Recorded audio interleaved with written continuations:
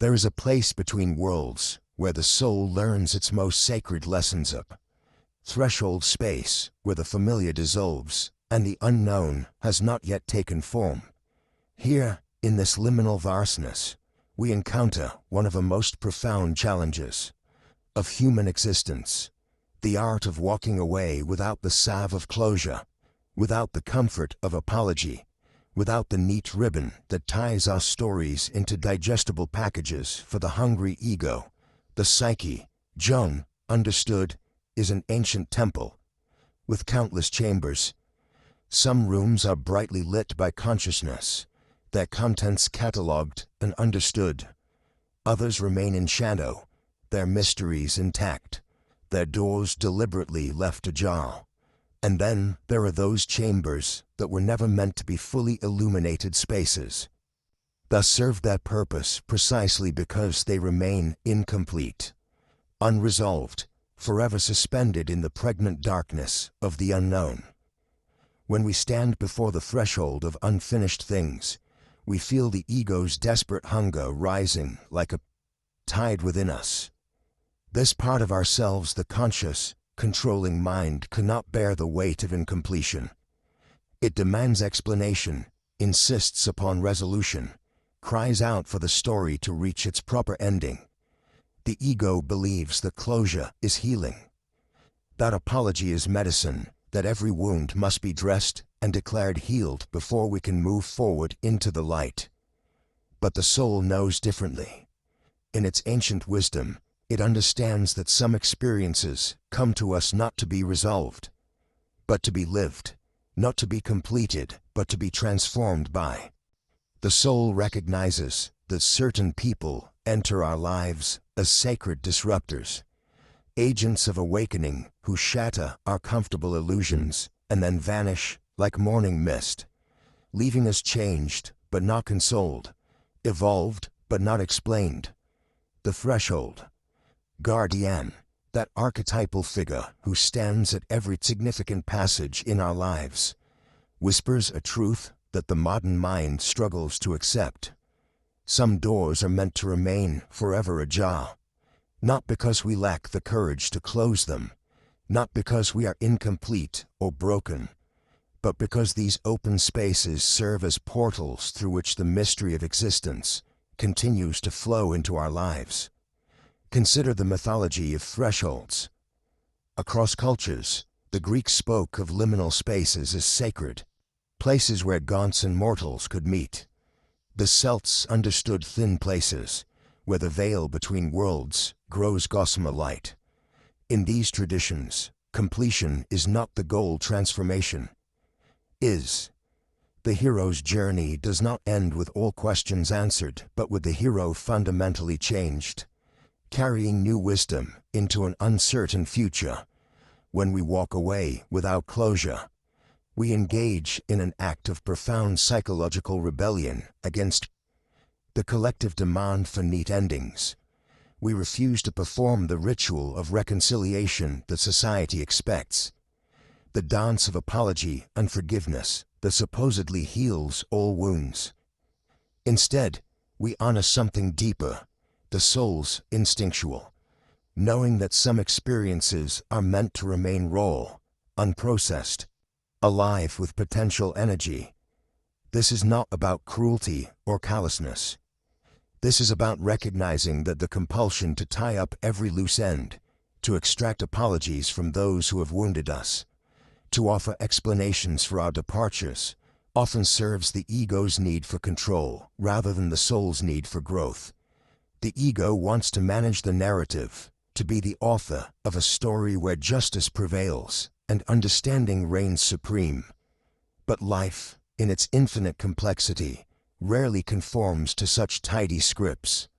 The paradox of incompletion reveals itself most clearly in relationships that have served that purpose and reached their natural end. The conscious mind, trained by culture and conditioning, insists that every relationship must conclude with mutual understanding, forgiveness, and blessing. But the deeper self sometimes knows that the most sacred gift we can offer to ourselves and to others is the willingness to simply disappear, to slip away like fog at dawn, leaving the mystery intact. In this threshold space, we discover that closure is often an illusion perpetrated by the rational mind upon the irrational heart.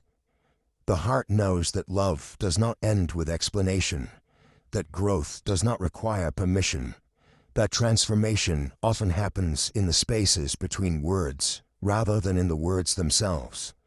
The heart understands that some goodbyes are too profound for language, some departures too sacred for ceremony. The ancient alchemists knew this truth intimately. They understood that certain processes could not be forced, certain transformations could not be hurried or explained. The Nigredo blackening, the dissolution happened in its own time, in its own way, often in darkness and silence. The alchemist's job was not to control the process, but to create the conditions for transformation and then wait, trusting in the wisdom of the work itself. As we stand on this threshold of unfinished things, we feel the weight of generations pressing upon us, ancestors who lived and died without ever receiving the apologies they deserved, without ever offering the explanations they owed. Yet they continued, they transformed, they passed on the gift of life despite the incompleteness of their stories. They remind us that wholeness does not require every piece to be perfectly fitted together, that healing does not demand every wound to be kissed and blessed by understanding. The threshold guardian nods approvingly as we begin to understand. Some doors remain ajar, not because we are too weak to close them, but because we are strong enough to live with the mystery. Some stories remain unfinished, not because we lack the skill to complete them, but because we possess the wisdom to recognize when a story has served its purpose and needs no ending. Low silence, only space, only the eternal possibility of what might yet unfold in the fertile darkness of the unknown.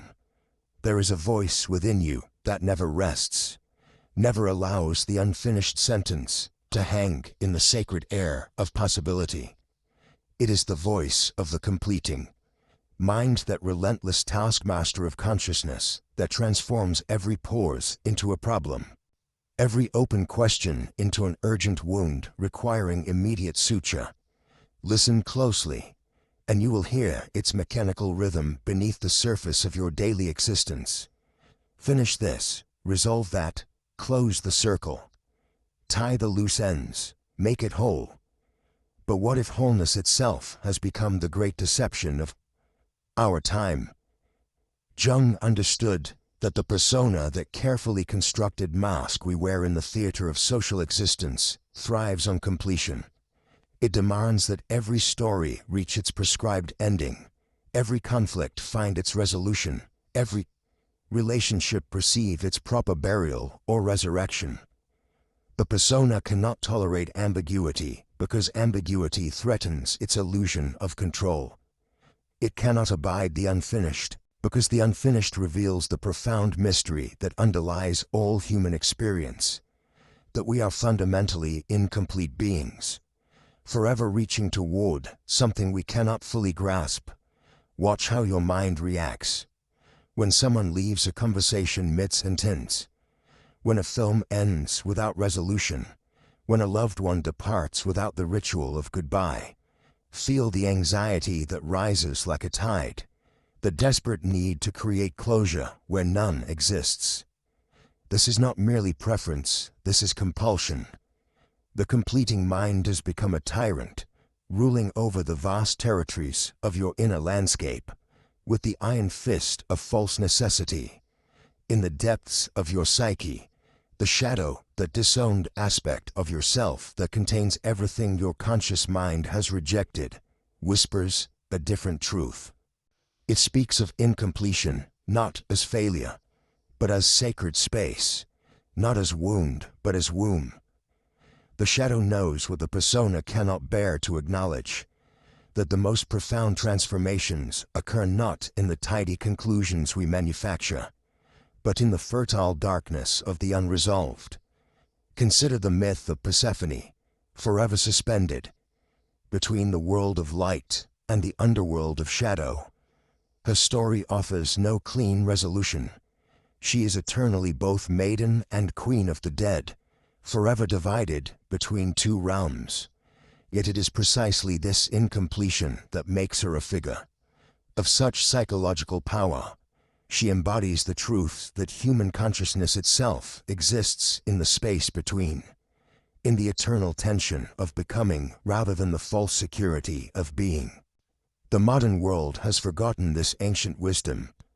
We live in an age of artificial closure, where every psychological wound must be processed, every trauma must be healed, every relationship must be worked through to its logical conclusion. We have made gods of resolution and completion, worshipping at the altar of the finished, the resolved, the neatly categorized.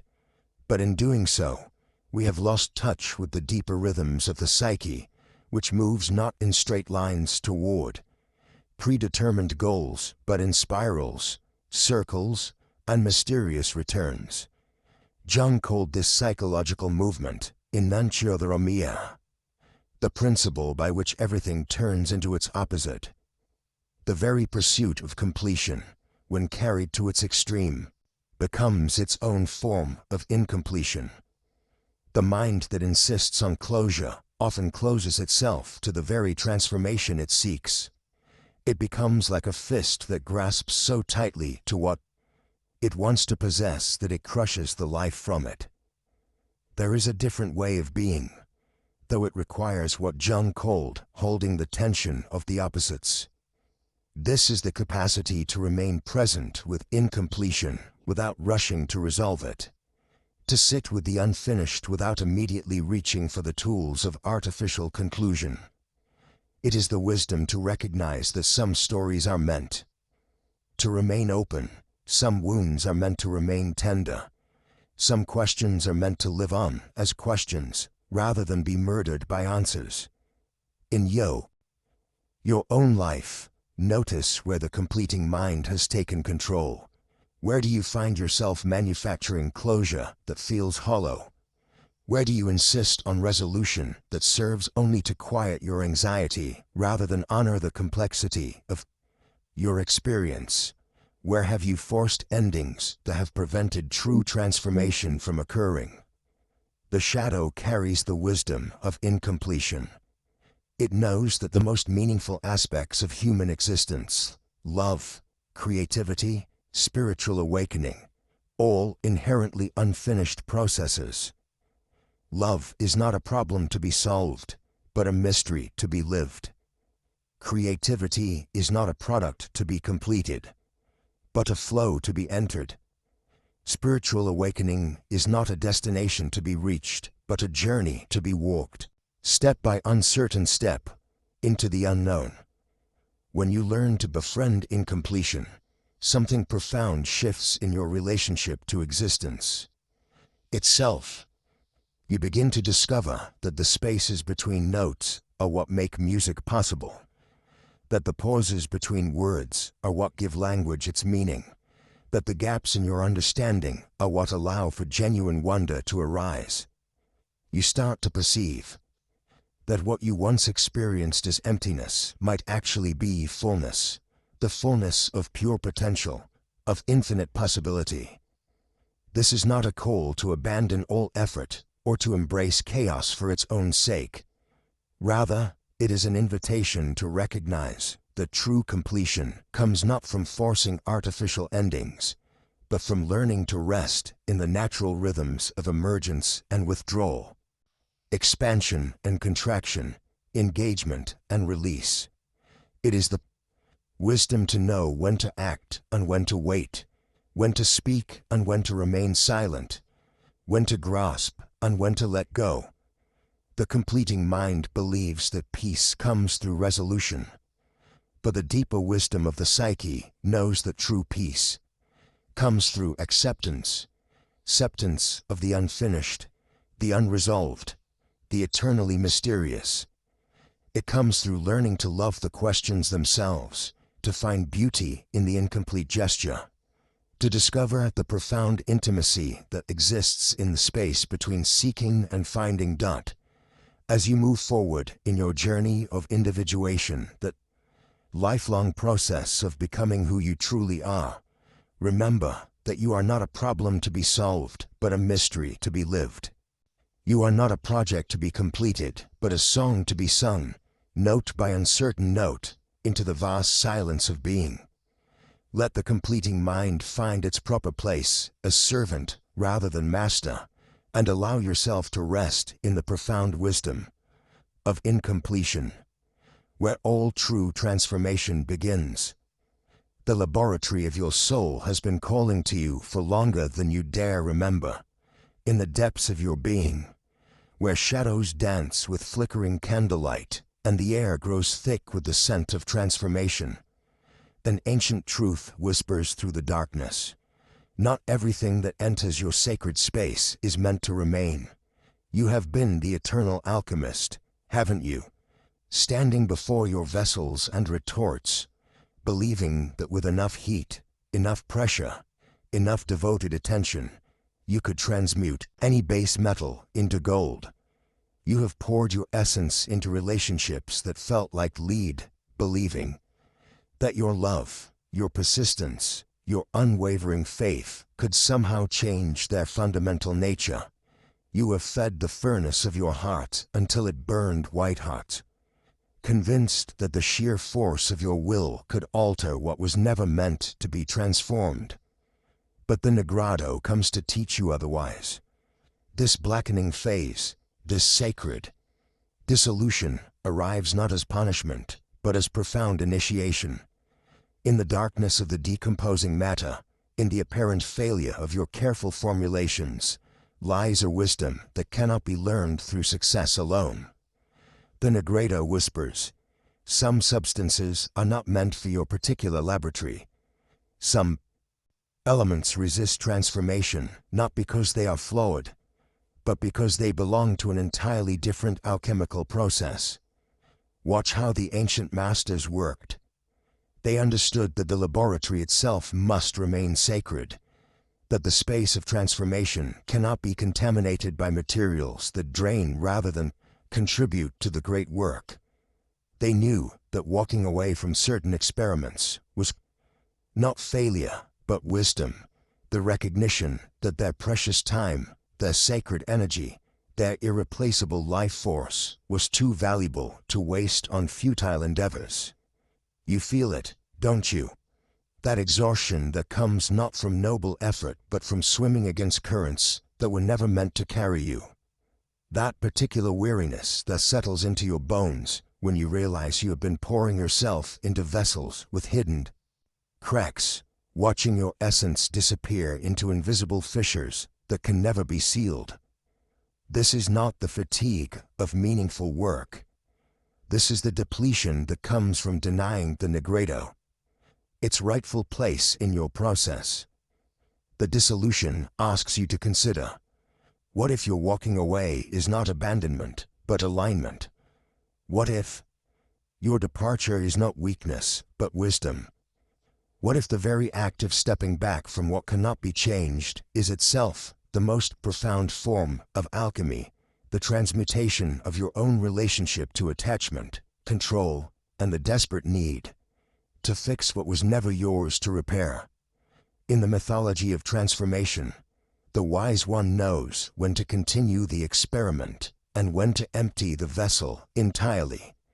They understand that some mixtures create poison rather than medicine, that some combinations generate chaos rather than integration. The sacred act of letting go becomes its own form of transmutation. You transform from the one who forces to the one who flows, from the one who clings to the one who trusts the deeper currents of becoming. Feel how your body responds when you imagine truly walking away from what has been draining you.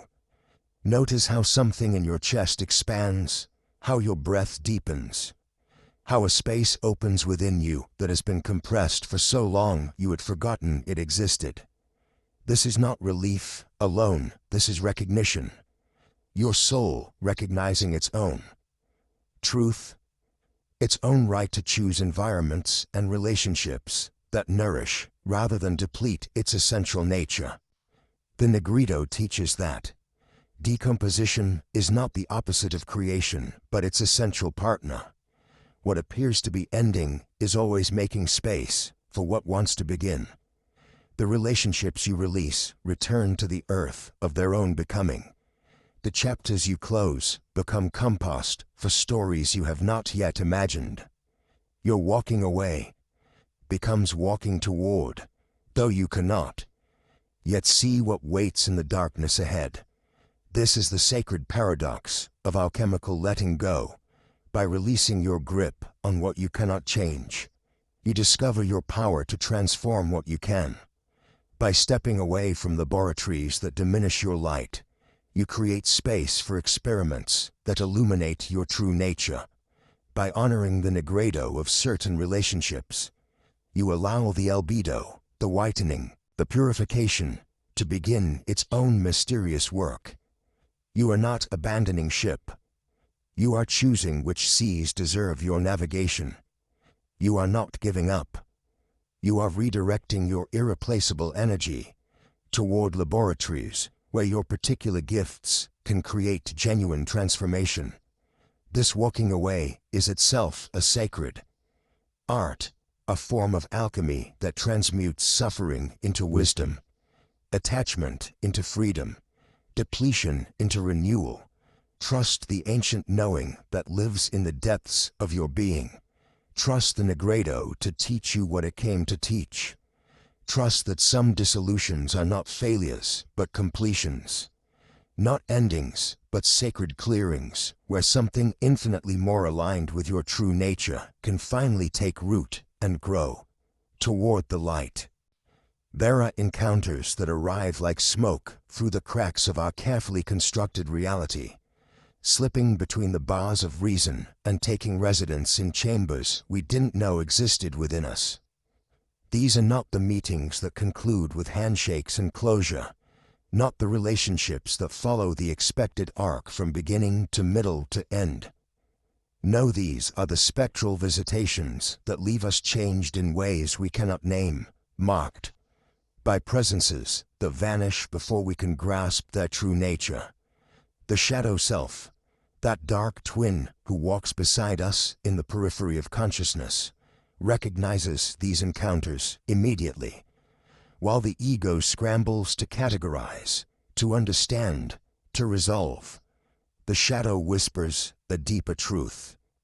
Some people enter our lives not to be solved like equations, but to awaken what Jung called the ancient wisdom of the unconscious, that primordial knowing that dwells beneath the daylight world of logic and linear time.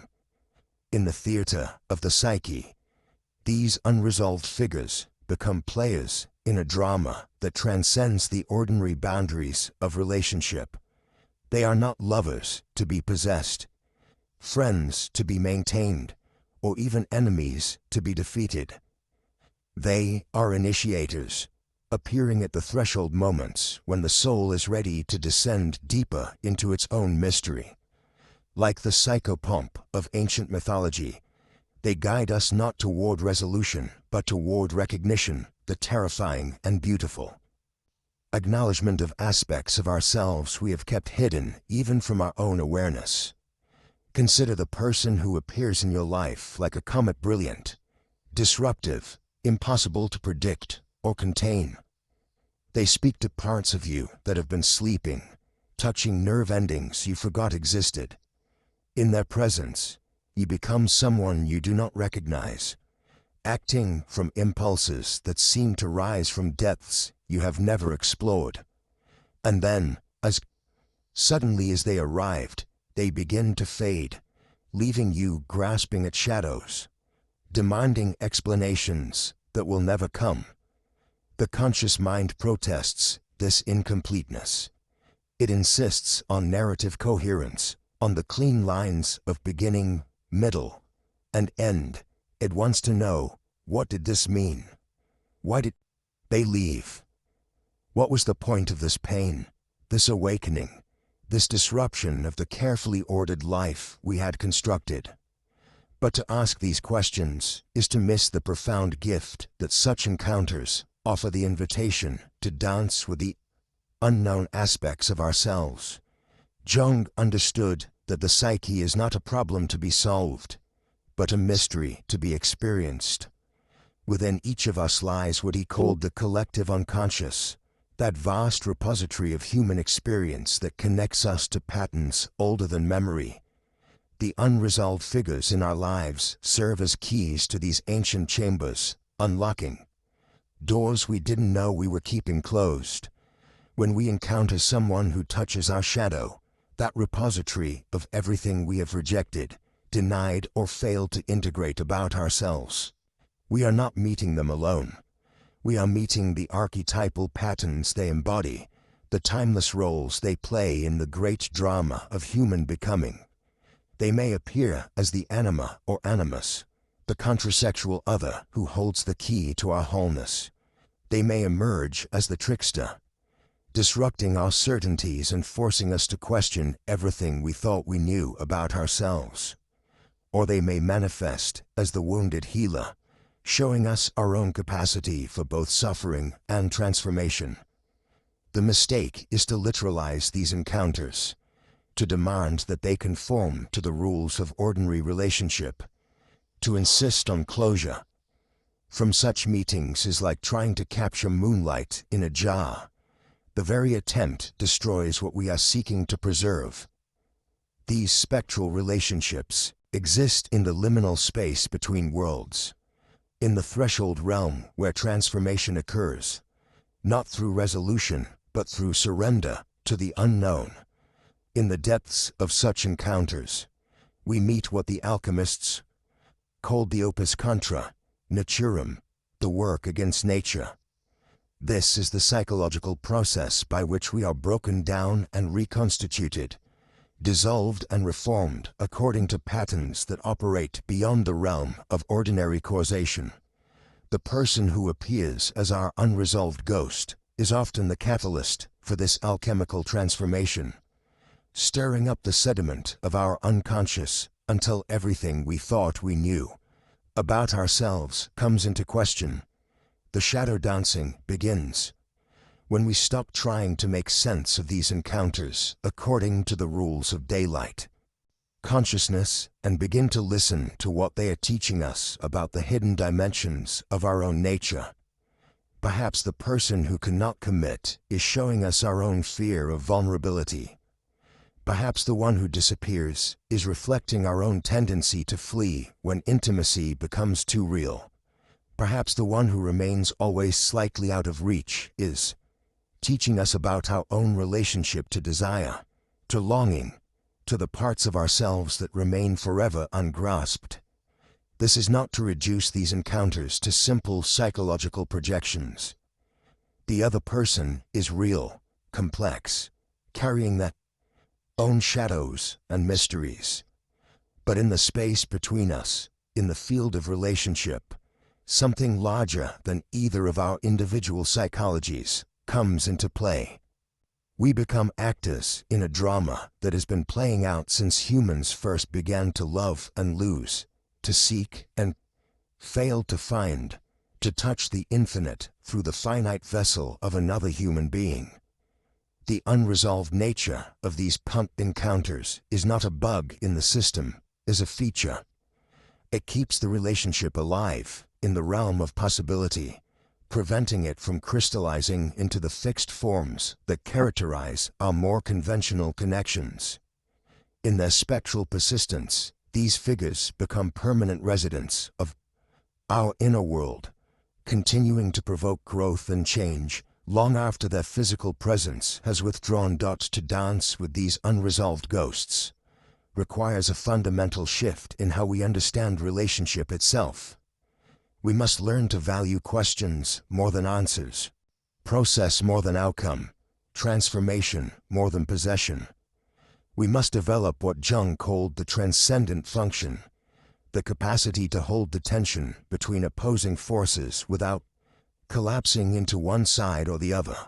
In this dance, we discover that some of our most profound teachers arrive wearing the mask of incompletion.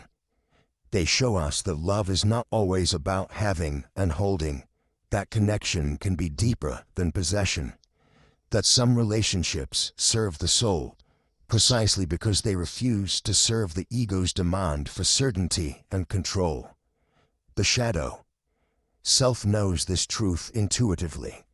It recognizes these spectral visitors as messengers from the unconscious, carrying invitations to explore territories of the self that remain unmapped by ordinary awareness.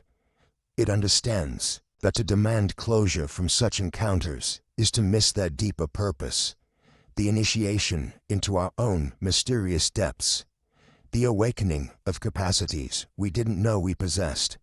And so we learn to dance with our unresolved ghosts, not to lay them to rest, but to let them teach us the steps to our own becoming. In their spectral embrace, we discover that some relationships are not meant to be resolved, but to be honored as doorways into the infinite mystery of what it means to be human. To love, to touch the eternal through the fleeting dance of souls, meeting in the darkness and recognizing something ancient and true in each other's eyes. There exists within the landscape of the human soul a sacred geography of wounds, some that heal and fade into memory, others that remain raw and tender, refusing all attempts at closure. These are the wounds that the rational mind cannot understand, the hurts that resist the healing salve of apology, the openings in our psychic flesh that seem to mock our every effort to make them whole again. Jung, in his profound exploration of the human psyche, recognized that not all wounds are pathological. Some are purposeful, even sacred. The psyche, in its ancient wisdom, sometimes preserves certain hurts with the same protective instinct that guards a holy shrine. These are not the masochistic wounds of self-punishment, but the initiatory wounds of transformation, the places where the soul has been cracked open to allow something larger to enter. When we encounter a wound that refuses healing, our first impulse is to diagnose it as dysfunction. The modern mind, trained in the medicine of resolution, assumes that all pain is meant to be eliminated, all suffering overcome. We seek apologies like antibiotics, believing that the right words, the perfect acknowledgement of our hurt, will finally close these persistent openings and restore us to some imagined state of wholeness. But the soul knows differently. It understands that certain wounds serve as portals, sacred openings through which the unconscious speaks its deepest truths. These wounds become like the stigmata of the mystics, not signs of damage, but marks of a profound encounter with the numinous. They are the places where the ordinary boundaries of the ego have been breached, allowing the infinite to pour through. Consider the mythology of the wounded healer, the archetype that appears across cultures and throughout time. Chiron, the centaur of Greek mythology, carried an unhealable wound that paradoxically became the source of his power to heal others. The wound was not his weakness, but his wisdom, not his failure, but his gift. It was precisely because his wound could not be closed that he could reach into the wounds of others and offer them something that mere technique could never provide. The wound without apology becomes our Chiron's wound. It teaches us that some hurts are not meant to be justified or explained away, but to be lived with, carried as sacred burdens that connect us to the deeper currents of human experience. These wounds become teachers more profound than any reconciliation could provide, whispering truths that only silence can articulate. In the depths of such wounds, we discover layers of meaning that the conscious mind could never access through ordinary understanding. The hurt that never receives its apology becomes a constant reminder of our fundamental vulnerability, our exquisite sensitivity to the mystery of human connection, It keeps us raw, keeps us open, prevents us from hardening into the protective shells that shield us from life's deepest offerings. The psyche preserves these wounds with an instinctual knowing that transcends rational comprehension. Like a gardener who refuses to prune certain wild growths because they serve purposes invisible to the untrained eye, the soul maintains these spaces of rawness because they serve as antennae, picking up frequencies that the well-defended heart could never detect. When we stop trying to heal such wounds and instead learn to honor them, we discover that they become sources of profound wisdom. The place where someone left us without explanation becomes a portal through which we understand the mysterious nature of human attachment. The relationship that ended without closure becomes a teacher of impermanence, showing us that love does not require understanding to be real. That connection does not need completion to be transformative.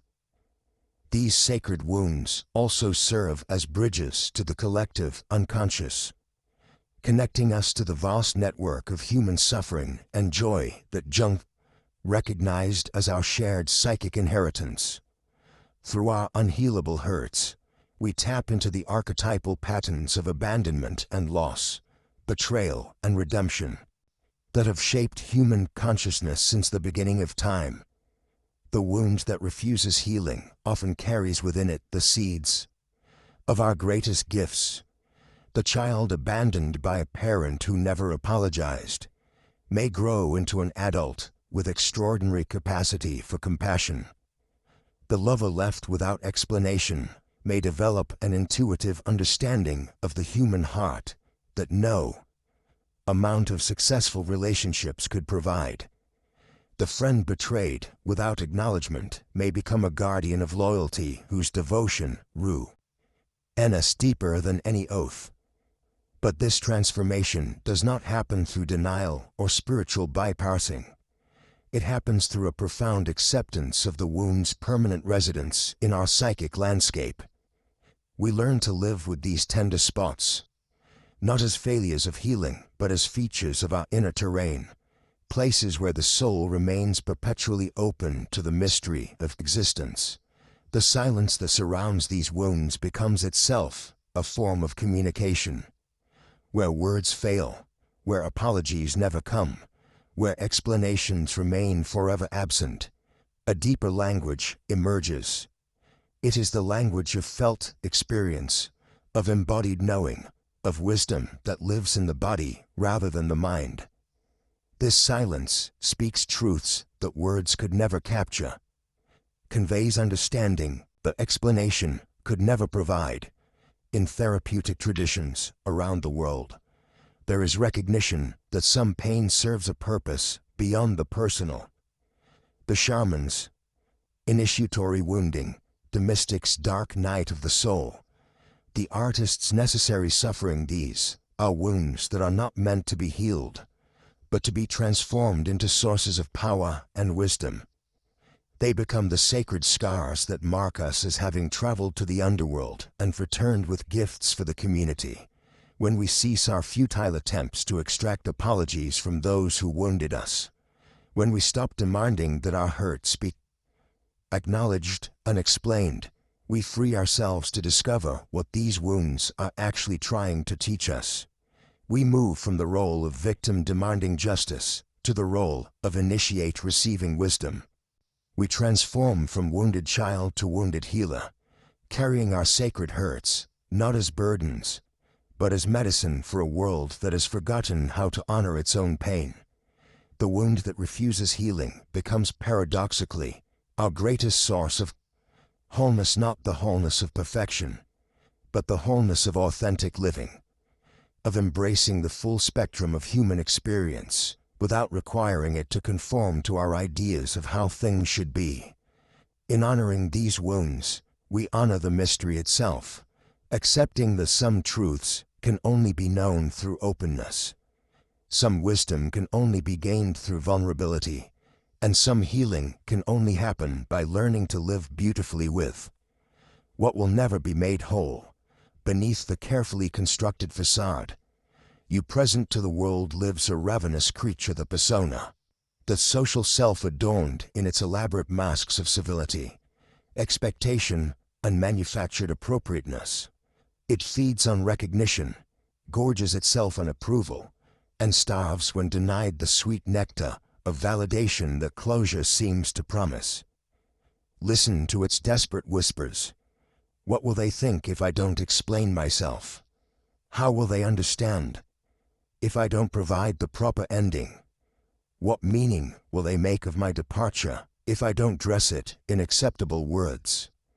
This hunger is ancient, primal, and ultimately illusory.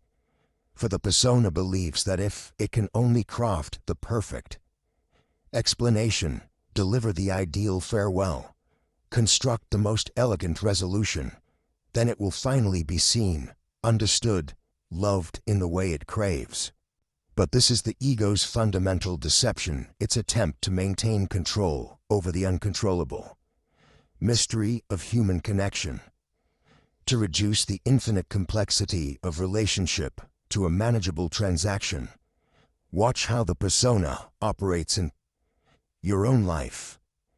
Notice how it rehearses conversations that will never happen, crafts letters that will never be sent, imagines reconciliations that would satisfy its need to be understood. It believes that somewhere in the perfect combination of words lies the key to being truly known. But Jung recognized this as one of consciousness's most seductive traps. The illusion that we can control how others perceive us through the careful management of our image. The persona's hunger for closure is not really about the other person. At all, it is about its own terror of being misunderstood, misrepresented, or forgotten. It cannot bear the thought that someone might carry an incomplete or unfavorable impression. It would rather exhaust itself in endless explanation than rest in the uncertainty of how it is held in another's mind.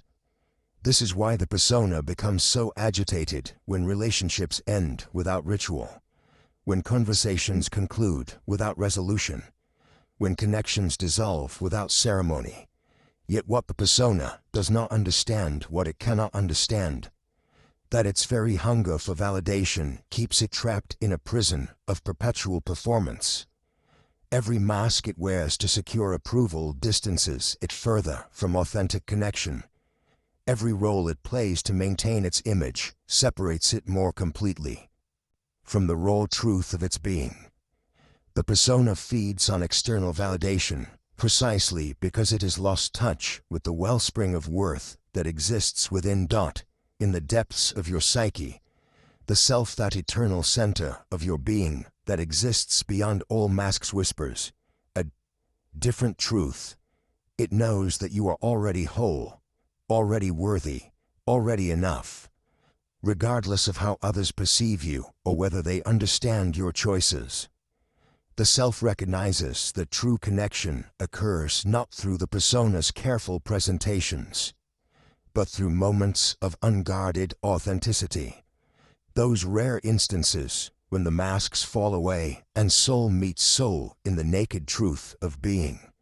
When you walk away without the ritual of resolution, something profound occurs. You strip the persona of its illusions and step into the raw authenticity of the individuating self.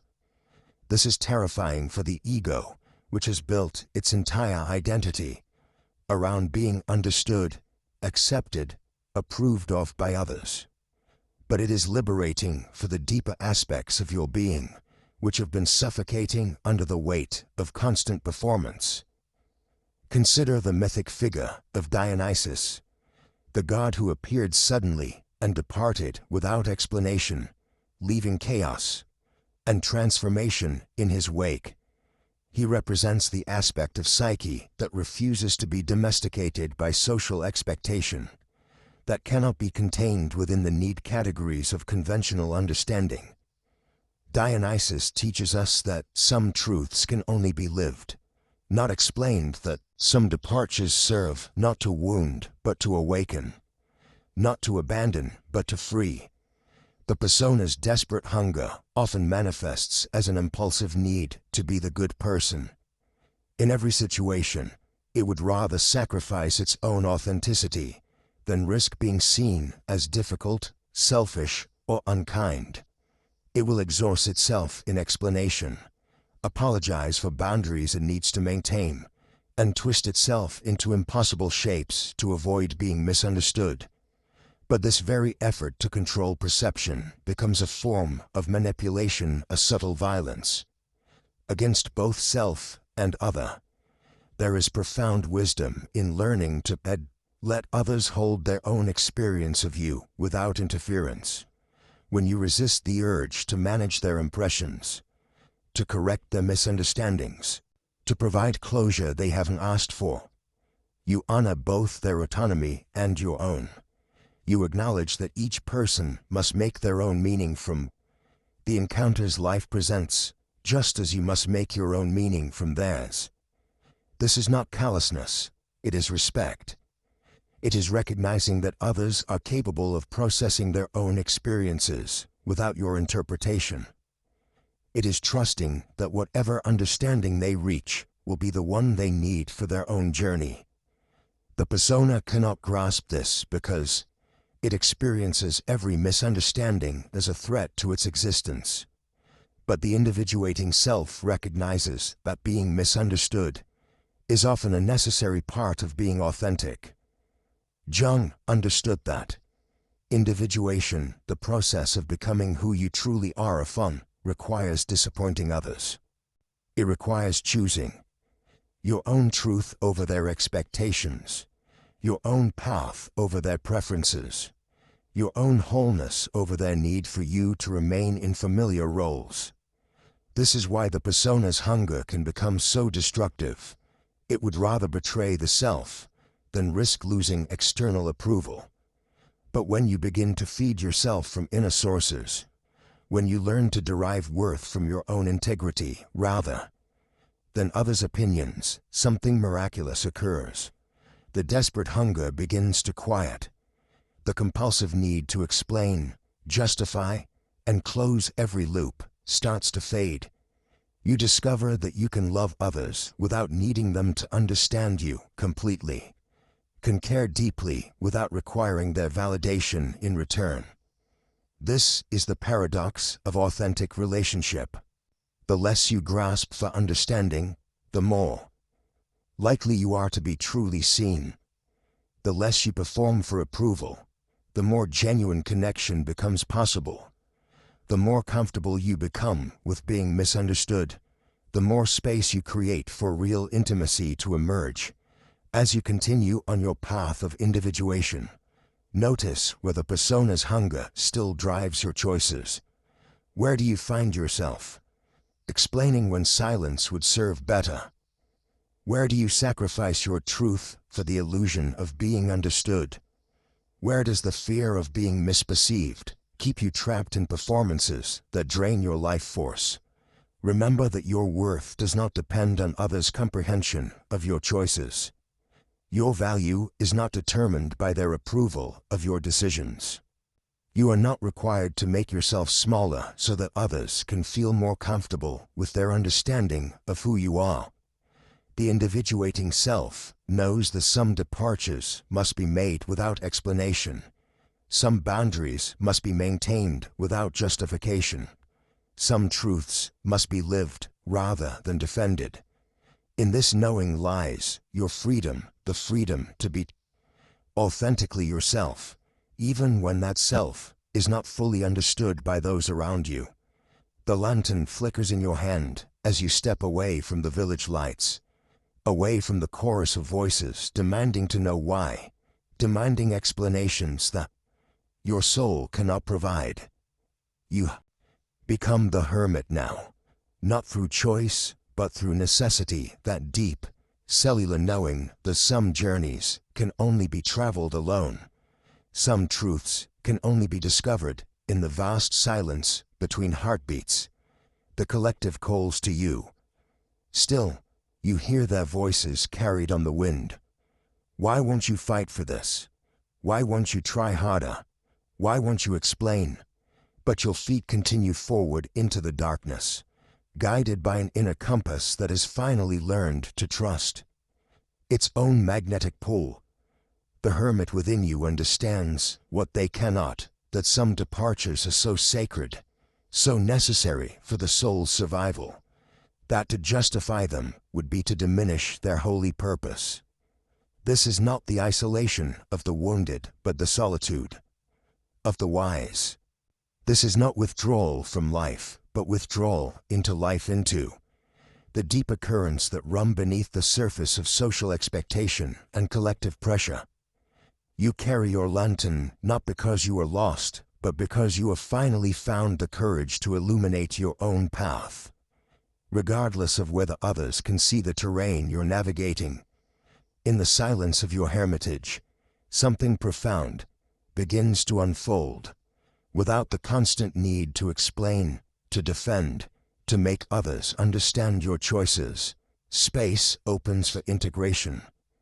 The experiences that felt jagged and incomprehensible begin to settle into their proper places within your psyche. The pain that words could never capture begins to transform into wisdom that concepts could never contain.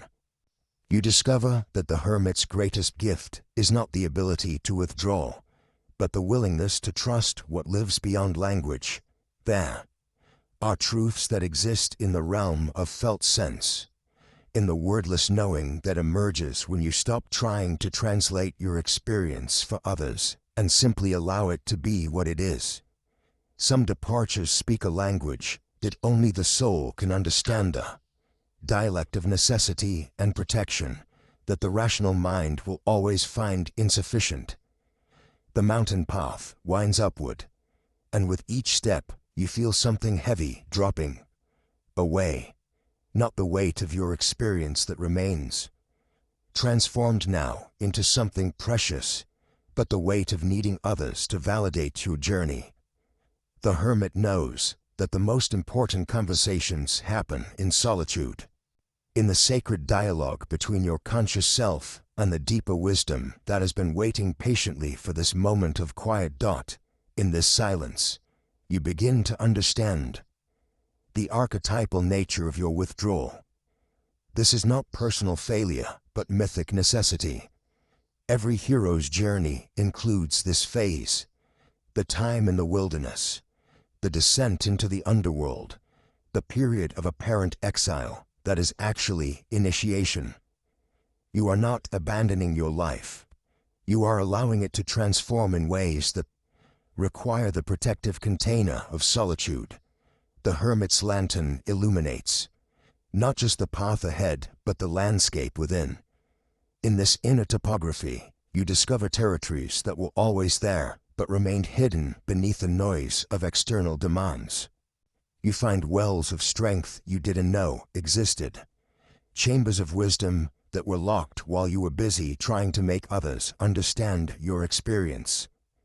The solitude reveals what the collective chorus had drowned out: your own authentic voice, your own inner knowing, your own unshakable truth. This is the sacred paradox of the hermit's journey. By stepping away from others, you step toward yourself. By refusing to explain what cannot be explained, you create space for understanding that transcends explanation. By honoring your need for silence, you discover the profound communication that happens when words fall away, and truth can finally breathe.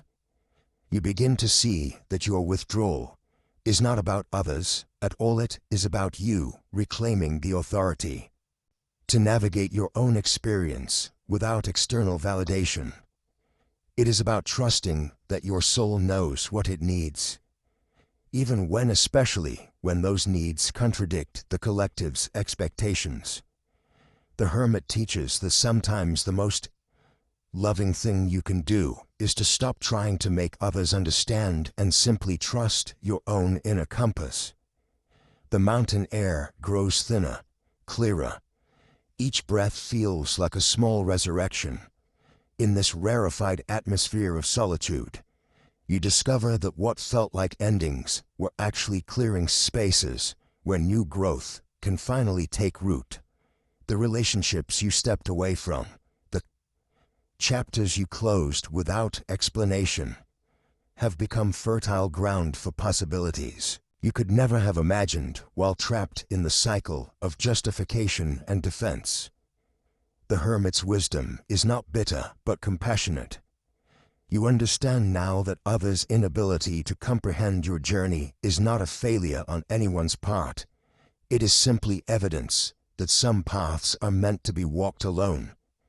Some truths are so personal, so uniquely calibrated to your soul's evolution, that they can only be lived, never explained. Some departures are so necessary for your becoming, that they require the protection of silence to maintain their sacred integrity. As dawn approaches, you realize that this solitude was never about isolation, but about integration. In the silence, the scattered pieces of your experience have woven themselves into a tapestry of meaning that no external voice could have created. The hermit's journey has revealed that the most profound understanding comes not from being understood by others, but from understanding yourself so completely that that comprehension becomes unnecessary. Your lantern still burns, steady and true, lighting the way forward into whatever comes next. You are no longer the person who left the village seeking validation. You have become the hermit who found something infinitely more valuable. The unshakable knowing that your path is yours to walk, your truth is yours to live, and your silence is its own form of sacred speech. In the ancient Greek understanding of the cosmos, there existed a principle so fundamental to the nature of reality that Heraclitus named it enantiodromia, the running toward the opposite. Like a pendulum that swings with inevitable precision from one extreme to its contrary. All things in the universe carry within themselves the seeds of their own transformation. What appears as one thing contains, in its very essence, the potential to become its opposite. Jung recognized this principle as operating not merely in the physical world, but in the deepest recesses of the human psyche. Within the chambers of the unconscious, every attitude, every desperate clinging, every fierce attachment carries within it the blueprint of its own reversal. The tighter we grip, the more surely we create the conditions for release. The more desperately we seek closure, the more we bind ourselves to the very incompleteness we are trying to escape. Consider the psychological posture of one who has been left without resolution, without the clean ending that the ego demands. In the beginning, there is a reasonable desire for understanding, for the final conversation that will make sense of what has transpired. But when this resolution fails to come, when the other remains silent or absent or maddeningly vague, something begins to shift in the architecture of desire itself. The seeking becomes a kind of hunger that feeds on its own emptiness. Each unanswered question spawns 10 more. Each moment of silence from the other becomes a canvas upon which we paint increasingly elaborate scenarios of meaning.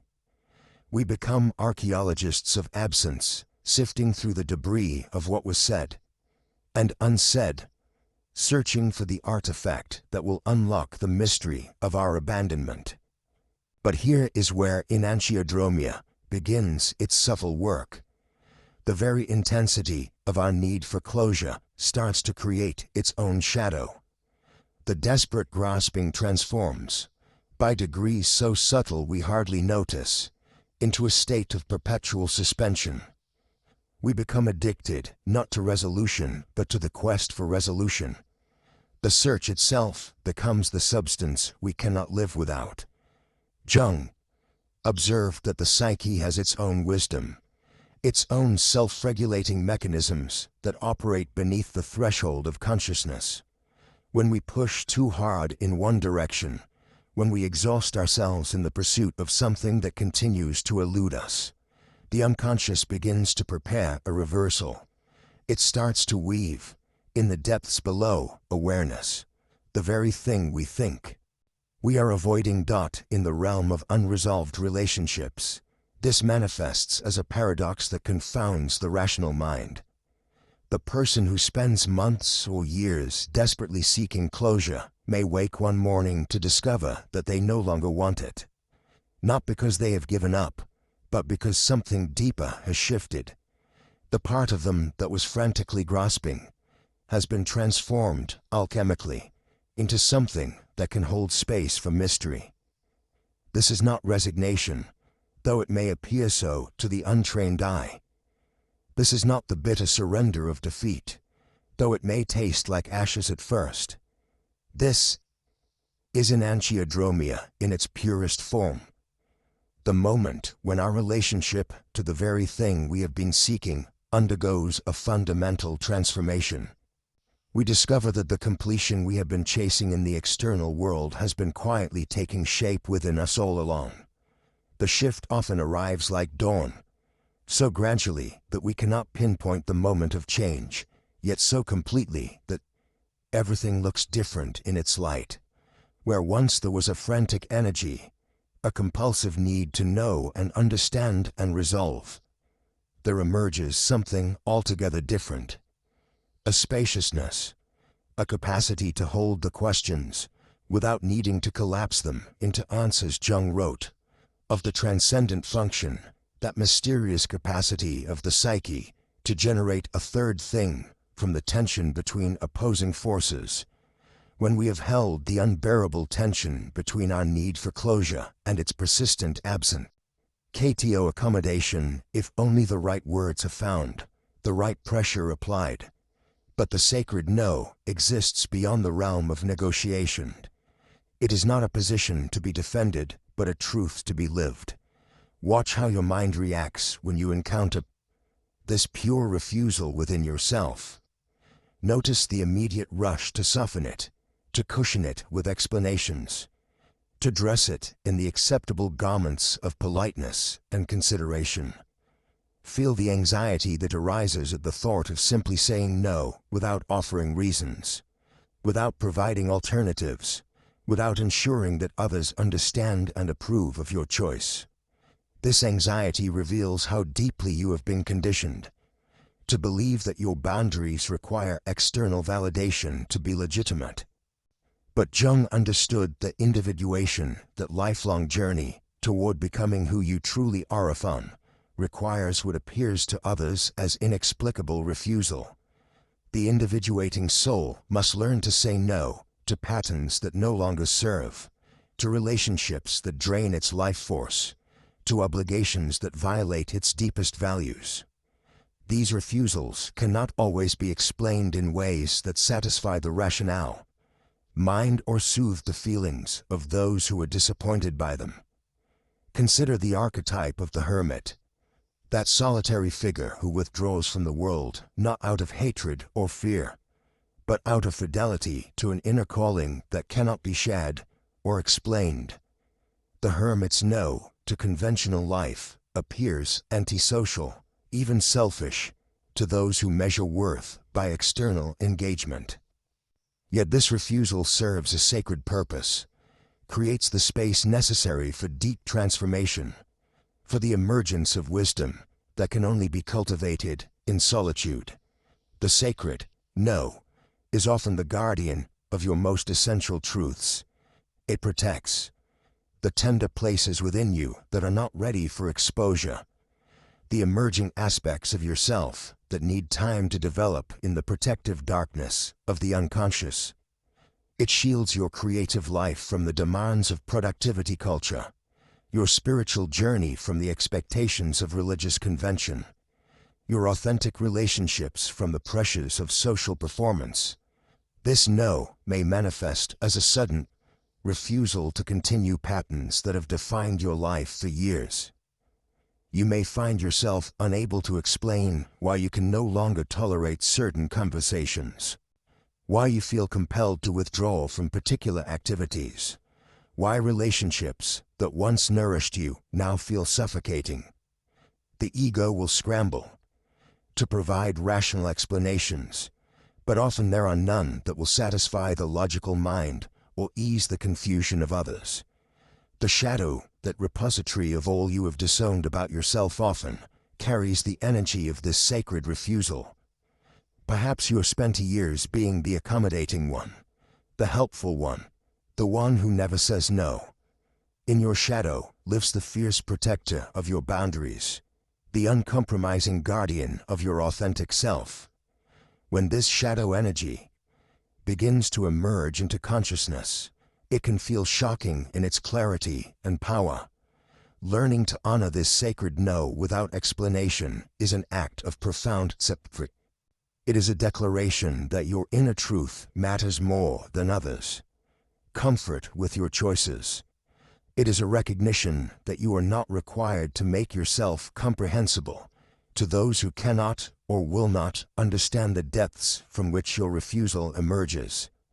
This is not cruelty, it is kindness of the deepest sort. When you dilute your no with explanations and apologies, you rob others of the opportunity to encounter the full power of authentic boundary.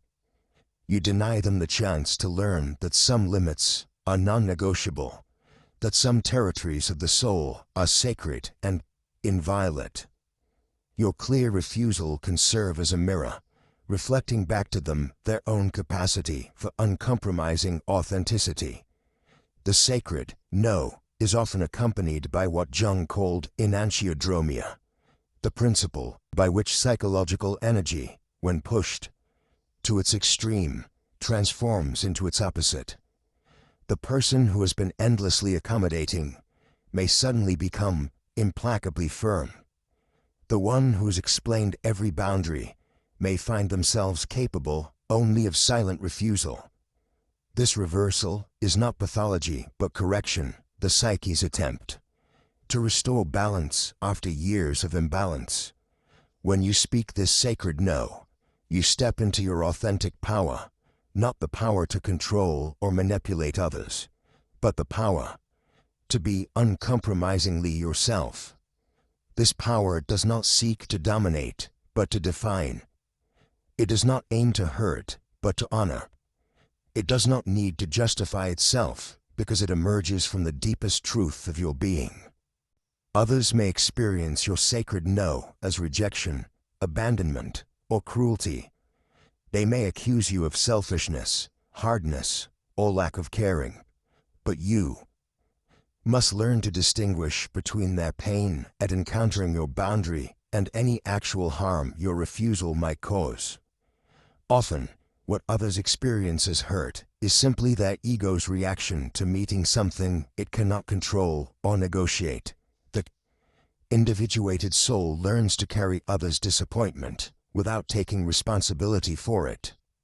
It develops the capacity to remain present with love, while refusing to abandon its own truth.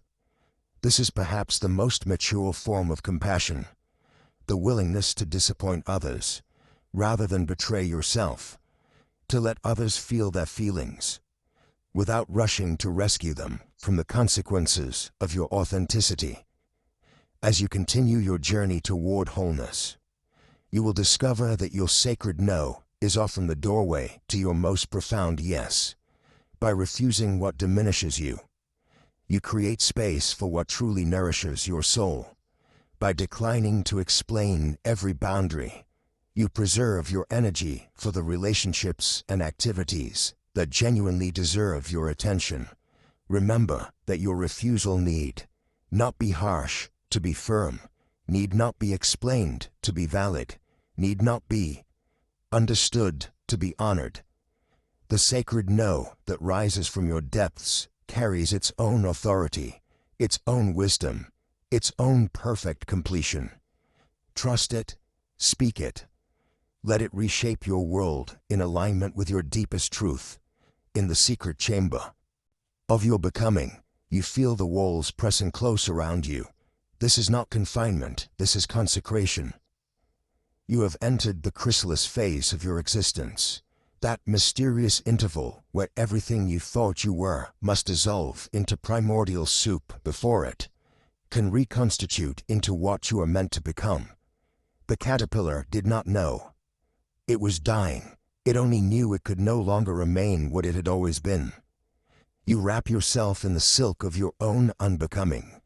Thread by thread, choice by choice, departure by departure. Each strand represents something you are releasing, a role that no longer fits, a relationship that has served its purpose, an identity that was never truly yours to begin with. The world outside cannot see this process. To them, you appear to be disappearing, withdrawing, perhaps even failing. They do not understand that what looks like dissolution is actually the most profound form of creation. Inside the chrysalis, there is no manual for transformation. There are no stages, clearly marked, no timeline to follow, no audience to witness your progress. This is the ultimate act of faith, allowing yourself to become unrecognizable to yourself, trusting that whatever emerges from this darkness will be more authentic than anything you have ever been before. The caterpillar's cells must literally digest themselves, breaking down into an undifferentiated mass before the imaginal cells, those mysterious blueprints for wing scan, begin their work. You feel this cellular unraveling in your own being. The old patterns, the familiar responses, the well-worn grooves of your personality begin to soften and blur. Who were you before this transformation began?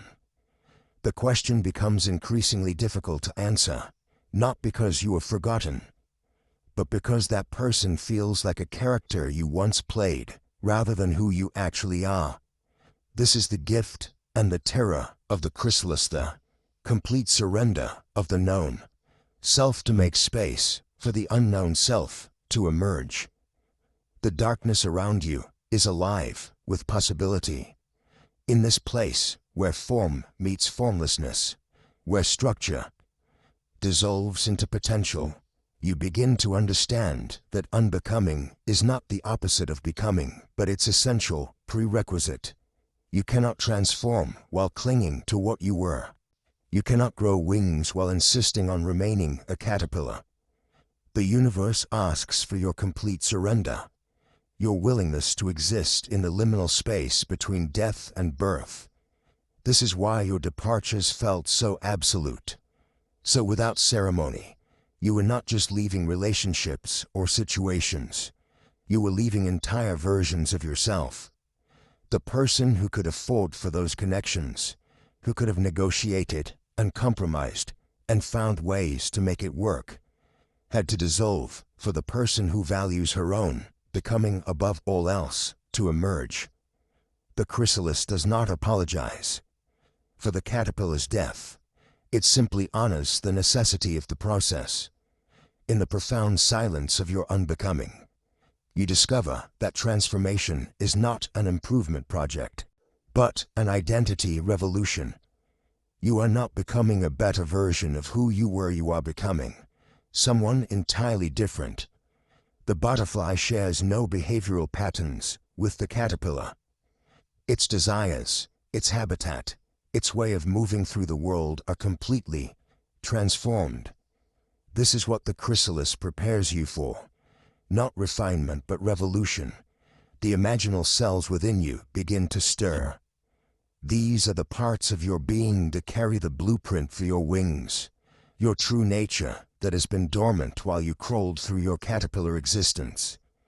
They have been waiting patiently for this moment of dissolution, this sacred darkness where they can finally begin their wreck of creating you anew. You cannot see them yet, cannot feel their architecture taking shape, but they are building the infrastructure of your becoming. Outside, the world continues its familiar rhythms. People live their lives, make their plans, engage in their dramas. But you are no longer of that world, not yet of the world you are becoming. You exist in the eternal now of transformation, where time moves differently, where progress is measured not in external achievements, but in the depth of your surrender to the process. This is the profound loneliness and the sacred solitude of the chrysalis. You are utterly alone with your becoming. The darkness teaches you that some truths can only be lived in solitude. Your transformation is not a performance for others. It is an intimate conversation between your soul and the mystery that is calling you forward. The chrysalis protects this conversation, creating a sacred boundary between your tender becoming and the world's demands for explanation, justification, or premature emergence. You are not ready to be seen. You are barely ready to see yourself. In this place of ultimate unknowing, you discover a trust deeper than understanding. You cannot comprehend what is happening to you, cannot control or direct the process, cannot even be certain that you will survive it. But something in you, something that predates your personality, your history, your familiar sense of self knows that this dissolution is necessary. This deeper knowing becomes your anchor in the chaos of unbecoming. The butterfly tubie does not grieve the caterpillar's limitations. It does not long for the simplicity of crawling or the security of the familiar. Leaf, it is too busy becoming something unimaginable. This is what you are learning in your chrysalis. Release your attachment, not just to your circumstances, but to your very conception of who you are. To allow yourself to be unmade so completely that what emerges will astound even you. The alchemy of the chrysalis works in darkness, in silence, in the space between worlds. It requires no witnesses, seeks no validation, offers no guarantees. It asks only for your complete surrender to the intelligence that is orchestrating your transformation. You are learning to trust what you cannot see, to have faith in what you cannot understand, to allow what you cannot control. Soon, though time has no meaning in this sacred space, you will feel the first stirrings of your wings, not the wings you imagined you might grow, but the wings that belong to who you actually are beneath all the becoming and unbecoming. These wings will carry you to territories you could never have reached as a caterpillar, will allow you to participate in conversations and experiences that were impossible from your former perspective. But for now, you rest in the darkness. You breathe in the space between death and birth. You surrender to the profound mystery of your own transformation, trusting that whatever emerges from this chrysalis will be worthy of everything you have released to make space for its arrival. There comes a moment in the deepest reaches of psychological transformation when the Psyche discovers that they have been looking for completion in all the wrong places. Like a traveler who has journeyed to the ends of the earth, only to find that the treasure was buried in their own backyard. We awaken to the recognition that what we sought in the resolution of external relationships was always a gift we could give to ourselves. This is the final paradox, the ultimate teaching that emerges from the crucible of unresolved love. True closure comes not from the other's words or explanations or apologies, but from our own capacity to complete what was left incomplete within us. The soul that has learned to walk away without demanding resolution has discovered something far more precious than any explanation could provide. The ability to be whole in the presence of fragments, complete in the midst of incompletion. Jung spoke of individuation as the process by which we become who we truly are, integrating the scattered pieces of our psyche into a coherent whole. But this wholeness is not the static perfection that the ego imagines. It is a dynamic completeness that includes, rather than excludes, our wounds, our mysteries, our unresolved territories. It is the completion that comes not from filling every gap, but from learning to inhabit the sacred spaces between the silence between notes that makes music possible, the darkness between stars that gives depth and meaning to light. Consider the music that moves us most deeply. It is never the notes alone that create beauty, but the precise placement of silence, the pauses that allow meaning to breathe, the spaces that give shape to sound. Without these gaps, music would become mere noise, an unrelenting assault of stimulus without the breathing room necessary for the soul to receive its message. The master composer understands that what is not played is as important as what is played. That completion often requires the courage to leave certain measures unfilled. So it is with the human heart. The relationships that transform us most profoundly are rarely the ones that tie up every loose end, answer every question, resolve every tension.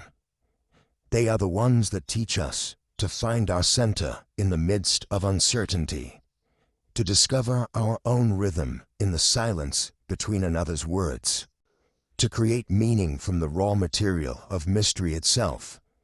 The person who has undergone this ultimate transformation no longer experiences unresolved relationships as evidence of their own inadequacy or unworthiness. They do not interpret another's inability to provide closure as a reflection of their own lack of value. Instead, they recognize these encounters as initiations into a deeper way of being, invitations to develop capacities they never knew they possessed. This is the alchemy of self-completion, the ability to take the lead that was never offered, to provide the ending that never came, to write the final chapter of a story that seemed destined to remain forever incomplete. But this completion is not imposed upon the relationship from the outside. It emerges from within, as naturally as fruit ripening on a tree, as inevitably as dawn following the darkest hour of night. In the depths of this process, we discover that every unresolved relationship has been preparing us for the ultimate relationship, one we have with ourselves. Every person who failed to provide the closure we sought was unknowingly teaching us to become our own source of resolution. Every abandoned conversation was training us to carry on a deeper dialogue with the parts of ourselves we had projected onto others. The shadow that we danced with in those spectral encounters reveals itself to have been our own disowned aspects. All along, the anima or animus that appeared in the form of the unreachable other shows itself to be the contrasexual dimension of our own psyche, calling us toward integration.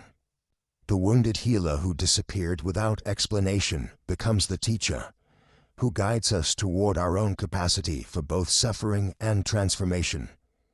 This recognition does not diminish the reality of the other person or reduce them to mere projections of our own psychological contents. They remain fully human, fully mysterious, carrying their own depths and shadows and sacred wounds. But in the space between us, in the field of relationship itself, something larger than either of our individual psychologies was at work. The archetypal patterns that shape human encounter, the timeless dramas that play out whenever souls risk meeting in the vulnerable territory of love. The completion that emerges from this understanding is unlike any closure the ego could have imagined. It does not require the other's participation or approval. It does not depend on explanations or apologies or final conversations. It arises from our own depths, as spontaneous and natural as breath, as inevitable as the sun's daily resurrection from the darkness of night. In this state of self-completion, we discover that we can hold genuine gratitude for those who failed to give us what we thought we needed. Their very inability to provide conventional closure forced us to develop unconventional strengths. Their silence taught us to listen more deeply to our own inner voice. Their absence created space for us to discover our own capacity for presence. We learn to appreciate the gift of incompletion itself, the way it keeps relationships alive in the realm of possibility, prevents them from crystallizing into fixed forms, maintains their capacity to continue teaching us long after their apparent conclusion. Like koans in the Zen tradition, these unresolved encounters continue to work on us at levels beyond conscious awareness, breaking down our habitual patterns of understanding and opening us to ways of being we could never have chosen deliberately. The soul that has mastered this art of self-completion discovers a freedom that cannot be granted or taken away by another. It is the freedom to love without conditions, to remain open without guarantees, to offer the gift of our presence without demanding reciprocal gifts in return. This is not the freedom of indifference or detachment, but the freedom of one who has learned to find their center within themselves, rather than in the responses of others.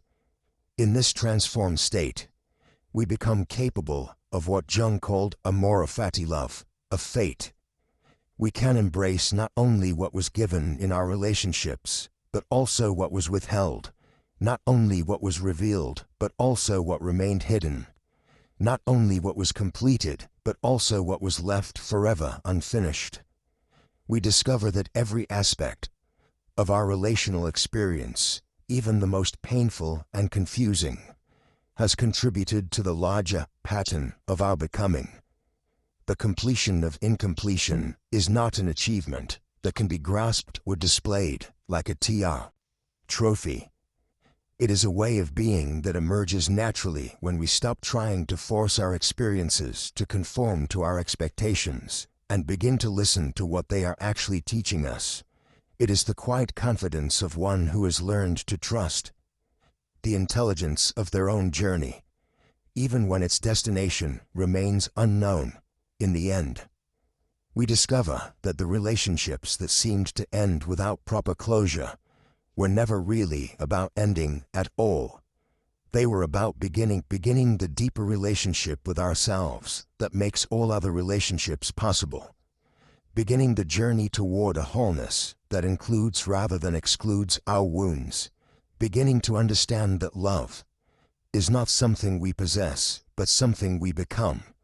And in this becoming, we find the completion we were always seeking, not as a destination, but as a way of traveling, not as an answer, but as a way of living the questions, not as a resolution, but as a way of dancing with the eternal mystery of what it means to be human, to love, to risk the vulnerable encounter of soul meeting soul in the darkness and recognizing something sacred in the space between touching and letting go.